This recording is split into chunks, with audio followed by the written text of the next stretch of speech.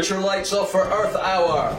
Then go back to living off the backs of other people and fucking the planet for a buck. Social media and Twitter revolutions, making ineffective protests great entertainment and easier to shoot at. In the UK, Osborne's budget puts fuel in the tank of the economy, helping hard-pressed families drive to work, pay their debts for stuff they bought with money they didn't have so they can own shit they don't need, made in China by economic slaves they don't give a shit about in the biggest tyranny the world has ever seen. Hello, byproducts of agriculture. Welcome to the fucking news.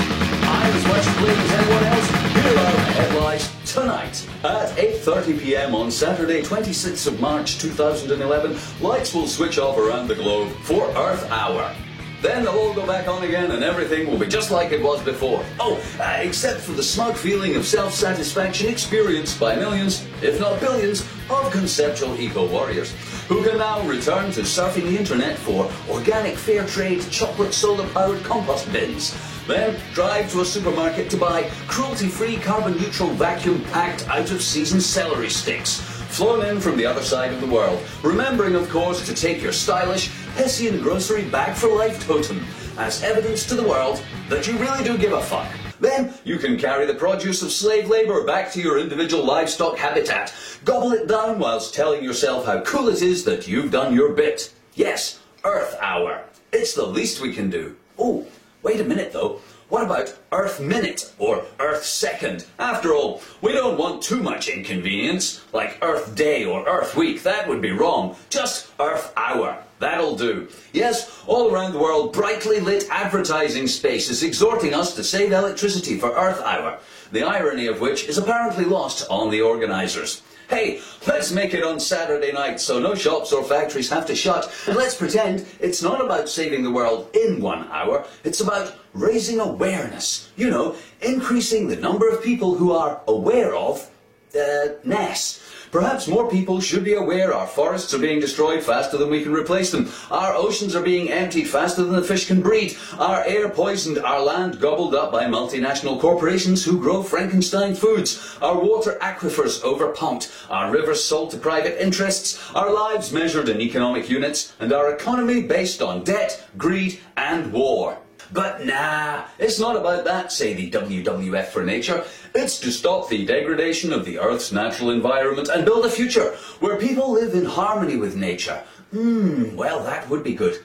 But instead, it seems like the ultimate environmental indulgence, like medieval Catholic practice of forgiving sins for cash. Yes, sirree, roll up, roll up, roll up. In exchange for just 1 hour spent in the dark, you can be absolved of all consumerist sins accrued over the rest of the year. A small price to pay for a clean conscience. Earth Hour. You'll love it. It doesn't cost anything, requires inaction rather than action, and best of all, when it's all over, you can return to business as use you well. The lights go back on. Pandas waft across our TVs with rainforest montages and dolphin song soundtracks. Celebrity shills mouth vapid platitudes about recycling our waste, natural products and energy efficiency. Then it's on with the show, and see you next year when Earth Hour will be back to remind you what a useless, conscience-salving sop it really is, and how you don't mind because your beer's cold, sports on TV, and when you flush the toilet, all your shit disappears. Nice. More on that story later. As protests and revolutions sweep North Africa and the Middle East, the use of Facebook and Twitter to organise, disseminate and publicise the complaints and activities of protest groups has played a central role in alerting the authorities to their location and intentions. In fact, many dictators and their instruments of oppression actively scan Twitter for evidence of dissidents and their plans. As any protest unfolds, trending tweets can be used to monitor its intensity, analyse its intentions, locate crowds of protagonists and shoot them in the head. Useful information such as, "We hate the king, let's meet down the square and throw rocks at the police," can easily be picked up on Twitter.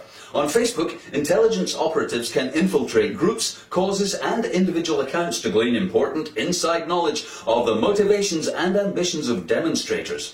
This makes their life much easier and allows them to drink more coffee and eat more donuts, whilst still impressing their shadowy fascist bosses with insightful intelligence, such as, "Well, boss, They're hungry and tired of working as slaves. Tired of being ruled by unelected royalty. They want democracy and cheaper petrol prices, and so on and so on. Even during riots and unrest, blow-by-blow accounts are posted on the internet, such as, "They're shooting at us, I've been hit, and there's a boot stamping in my face," blah blah blah.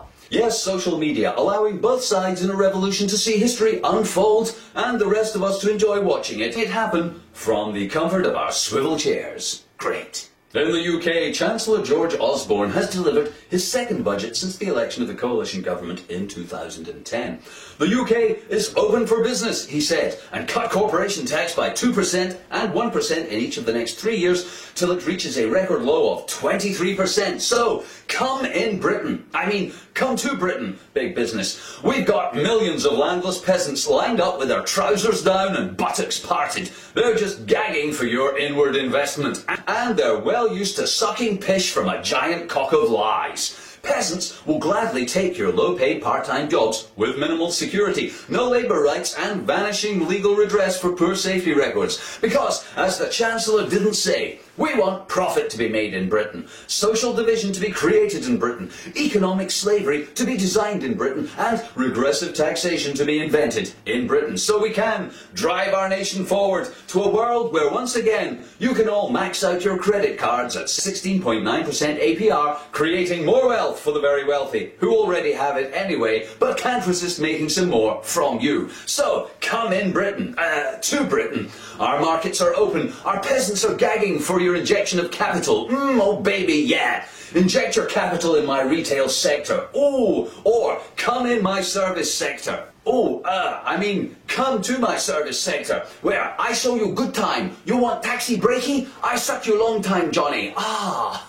Thanks. And now for the weather. The planet's fucked, it's your fault, and it's getting worse. Have a nice weekend.